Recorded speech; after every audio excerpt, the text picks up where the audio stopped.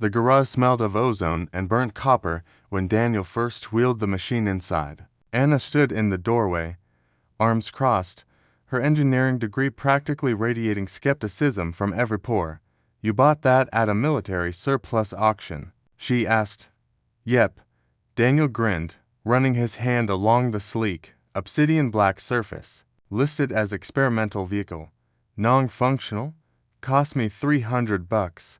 Anna stepped closer, her skepticism giving way to curiosity. The motorcycle, if one could even call it that, didn't have wheels. Instead, it hovered 3 inches above the concrete floor on some kind of anti-gravity field. Its surface was seamless, no visible bolts or welds, as if the entire machine had been grown rather than built.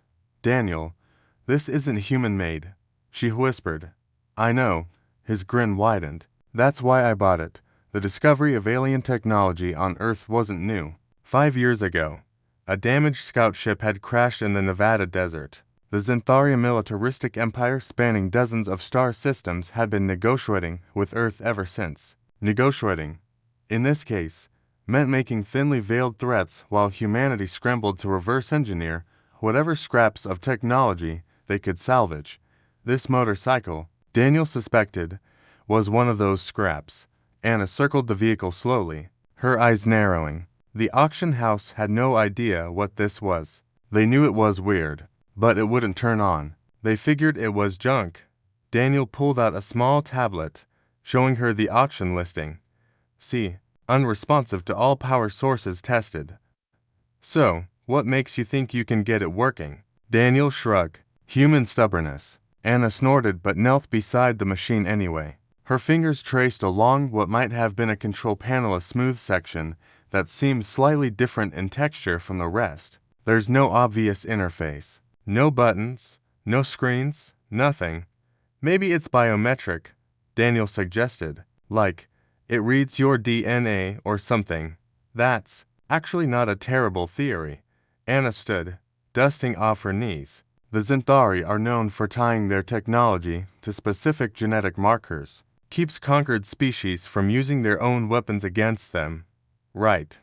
So, if this is Zenthari military tech, it would only respond to Zenthari operators, which means it's useless to us."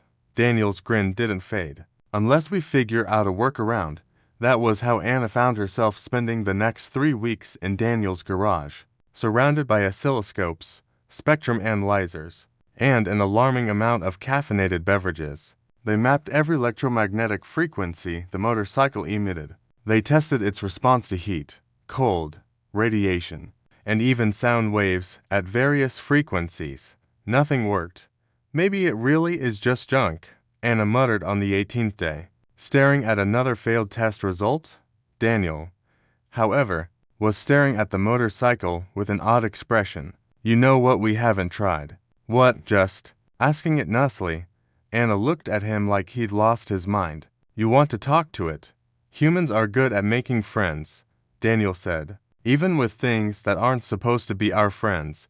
Before Anna could protest, Daniel placed his hand on the motorcycle's surface. "Hey there," he said softly. "I know you're not made for me. I know you're supposed to respond to Zenthari operators. But here's the thing, I respect you. You're an incredible piece of engineering. Whoever built you put their heart into making you perfect." Anna watched, fascinated despite herself. "I'm not trying to conquer you or reprogram you or force you to do anything," Daniel continued. "I just want to understand you. And maybe, if you're willing, we could learn from each other." For a long moment, nothing happened. Then the motorcycle hummed. It was a low, thrumming sound that Anna felt in her chest more than heard with her ears. The hovering height increased slightly, and a section of the control panel began to glow with soft blue light. "Holy!" Anna breathed. Symbols appeared on the glowing surface. Not English, not any human language, but something flowing and elegant. Daniel kept his hand on the machine, and slowly, impossibly, he began to understand. The motorcycle wasn't just a vehicle. It was a companion, a partner. Zenthari military doctrine was built on domination and control. But this machine had been designed by an engineer who believed in symbiosis. It wanted a rider who would respect it, not command it, and somehow, through some quirk of its programming, or perhaps something more profound, it recognized that quality in Daniel. Over the following weeks, Daniel learned to ride. The motorcycle taught him, feeding him information through haptic feedback, adjusting its controls to match his reflexes, showing him the proper way to lean into turns that defied gravity. Anna documented everything, her scientific mind reeling at the implications. "This changes everything we know about Centauri technology," she said one evening, watching Daniel execute a perfect barrel roll 20 feet in the air. "If their machines can choose to work with humans, if they can recognize respect and partnership over domination, then maybe the Centauri are in their own technology wrong," Daniel finished, landing smoothly. Word of their success couldn't stay secret forever.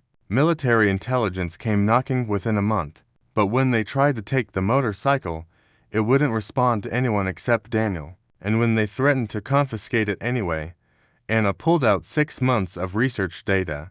"You can take the bike," she told the stone-faced colonel, "but you'll never make it work. Or you can learn from what we've discovered. Respect instead of force, partnership instead of domination." The colonel stared at them both for a long moment.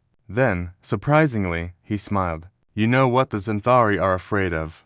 "What?" Daniel asked. "That humanity won't try to out-dominate them. They're afraid we'll befriend their machines, their conquered species, their own people. They're afraid that, when we meet their empire, we won't see enemies, we'll see potential friends who've been trapped in a bad system." He gestured to the motorcycle. "Keep it, study it, but share what you learn. Because if humans can teach Centauri technology to choose partnership over domination." Anna and Daniel exchanged glances. "Then maybe," Anna said quietly, "we can teach the same thing to the Centauri themselves." The colonel left them with that thought. Daniel mounted the motorcycle, feeling its familiar thrum of recognition. Anna climbed on behind him, her arms wrapping around his waist. Together, they rose into the evening sky to humans and one alien machine, proving that the greatest human strength wasn't in weapons or conquest, that it was in seeing the potential for friendship in the most unlikely places, and that, the galaxy would soon learn, was something no empire could prepare for.